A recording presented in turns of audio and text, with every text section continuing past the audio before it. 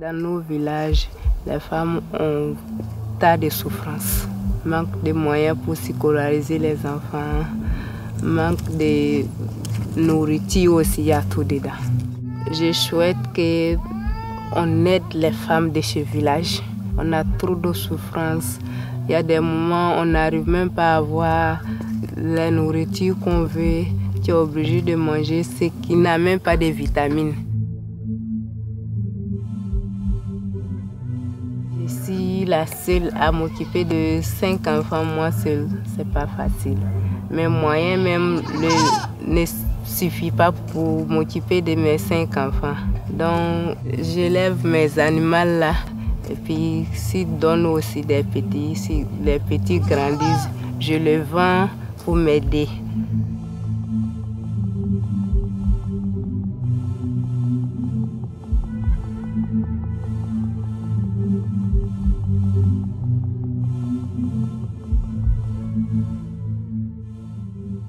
Pour nos commerces, le mil qu'on achète, on n'a pas l'endroit où garder. C'est dans nos maisons qu'on garde aussi. Quand j'achète les mil, j'achète petit à petit jusqu'à ce que j'ai un sac de mil. Je vends à les djoulaks de chez nous, et qui fait partie beaucoup de mil à Ouaga.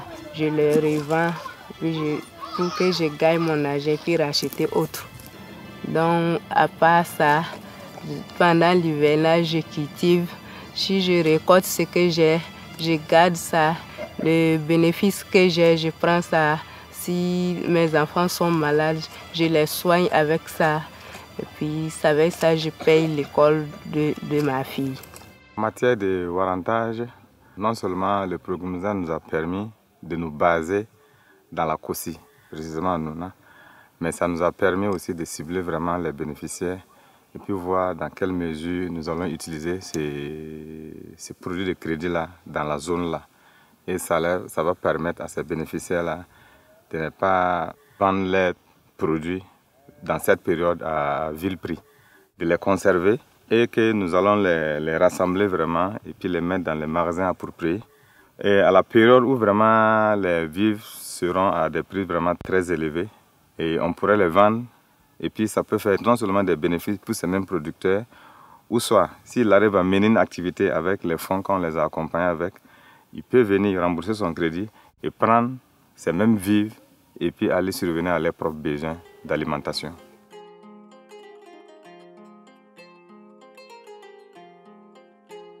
Les gens du projet sont venus, ils nous ont demandé qu'ils vont nous aider.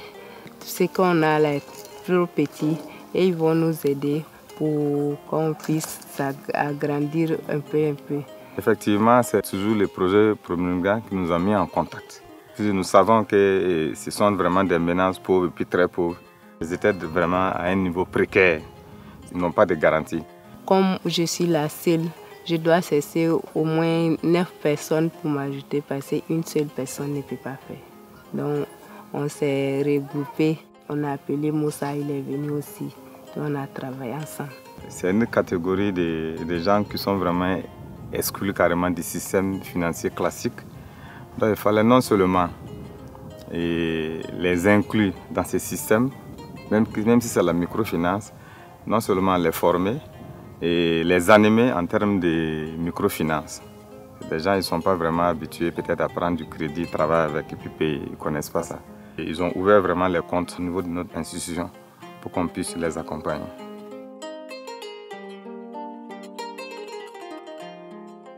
Pendant la rentrée de cette année, je n'ai pas pu envoyer ma deuxième fille à l'école parce que je n'ai pas les moyens pour payer l'école des 2 filles.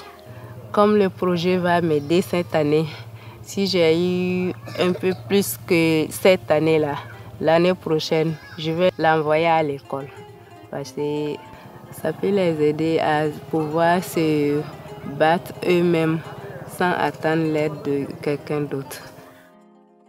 Moi, là où je suis, je ne peux pas me battre sur moi-même parce que j'ai beaucoup de difficultés pour que dans l'avenir, il n'aille pas les difficultés que moi j'ai.